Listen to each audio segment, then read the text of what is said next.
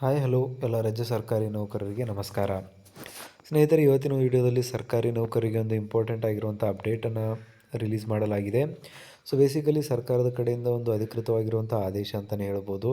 Salary ಪ್ಯಾಕೇಜ್ನಲ್ಲಿ ಯಾರೆಲ್ಲ ತಮ್ಮ ಒಂದು ನೇಮಕಾತಿಯನ್ನು ರಿಜಿಸ್ಟ್ರೇಷನನ್ನು ಮಾಡ್ಕೊಂಡಿಲ್ಲ ಅಂಥ ಒಂದು ಎಲ್ಲ ಸರ್ಕಾರಿ ನೌಕರರಿಗೆ ಈ ಮೂಲಕ ಒಂದು ಇಂಪಾರ್ಟೆಂಟ್ ಅಪ್ಡೇಟನ್ನು ನೀಡಲಾಗಿದೆ. ಇಲ್ಲದಿದ್ದರೆ ನೆಕ್ಸ್ಟ್ ಮಂತಿಂದ ಸಂಬಳ ಕಟ್ ಆಗುತ್ತದೆ ಅಂತ ಹೇಳಲಾಗ್ತಾ ಇದೆ.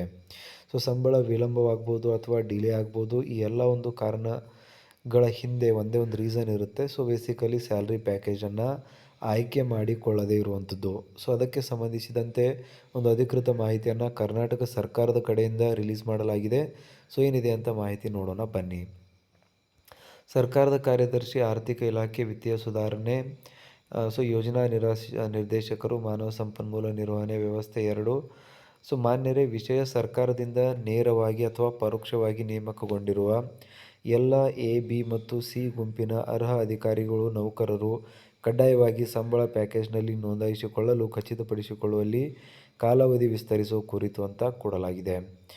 ಉಲ್ಲೇಖಗಳನ್ನು ಕೂಡ ನೋಡ್ತಾ ಇರುವಂಥದ್ದು. ಮೇಲ್ಕಂಡ ವಿಷಯಕ್ಕೆ ಸಂಬಂಧಿಸಿದಂತೆ ಉಲ್ಲೇಖಿತ ಪತ್ರದಲ್ಲಿ ಎಲ್ಲ ಅರ್ಹ ಎ, ಬಿ ಮತ್ತು ಸಿ ಗುಂಪಿನ ಅಧಿಕಾರಿಗಳು, ನೌಕರರಿಗೆ ಕಡ್ಡಾಯವಾಗಿ ಸಂಬಳ ಪ್ಯಾಕೇಜ್ನಲ್ಲಿ ನೋಂದಾಯಿಸಿಕೊಳ್ಳುವುದನ್ನು ಖಚಿತಪಡಿಸಿಕೊಳ್ಳಲು ಹಾಗೂ ದಿನಾಂಕ 15/12/2025 ಒಳಗಡೆ ನೋಂದಾಯಿಸಿಕೊಳ್ಳದ ಅಧಿಕಾರಿಗಳ ಸಂಬಳದ ವಿತರಣೆಯನ್ನು ತಡೆಹಿಡಿಯಲು ಕ್ರಮ ಕೈಗೊಳ್ಳಲು ತಿಳಿಸಲಾಗಿರುತ್ತದೆ.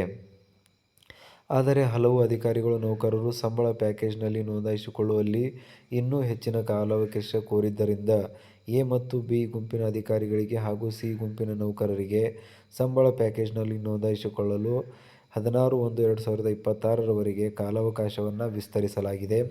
ಸರ್ಕಾರದ ಕಾರ್ಯದರ್ಶಿ, ವಿತ್ತೀಯ ಸುಧಾರಣೆ, ಆರ್ಥಿಕ ಇಲಾಖೆ ಅವರಿಂದ ಅನುಮೋದಿತ ತಮ್ಮ ನಂಬುಗೆಯ ಗೋವಿಂದರಾಜು, ಲೆಕ್ಕಪತ್ರ ಅಧಿಕಾರಿಗಳು, ನಿರ್ವಹಣೆ, ಆರ್ಥಿಕ ಇಲಾಖೆ.